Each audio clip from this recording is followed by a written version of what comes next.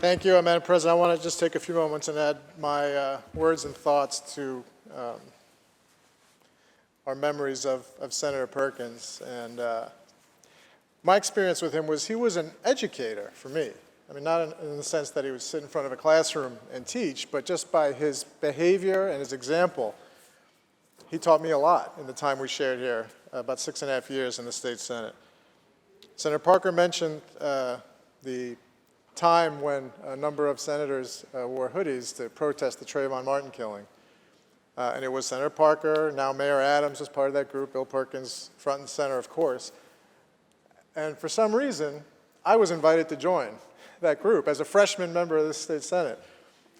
And I said to myself, knowing very little about this place back then, I said, sure, I'll do this. I'll support my colleagues. This is an important issue.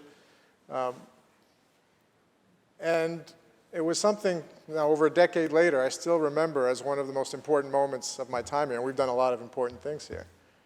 Because of Bill Perkins, this white boy sat in the seat Senator Rhodes is in right now wearing a hoodie during Senate session. And at the time, that was unheard of. I mean, it's still unheard of. Don't do it, right? But it was an important moment. Somehow, I don't think you all would do that anyway. But he didn't stop there. Senator Perkins' time here in the Senate with me overlapped with a very strange time here. We had this group called the IDC that was involved in a lot of things that somehow I tended to be front and center in the battle with. And what most people don't know is while all that was going on over many years, Bill Perkins was always in my ear.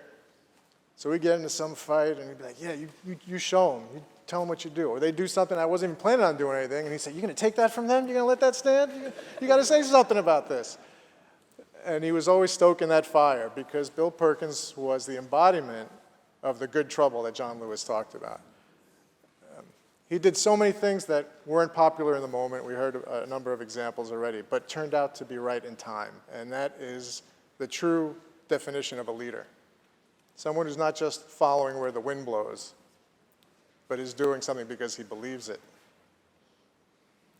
And I have the good fortune now that we're in this chamber now, sitting next to Senator Clear when we're in conference.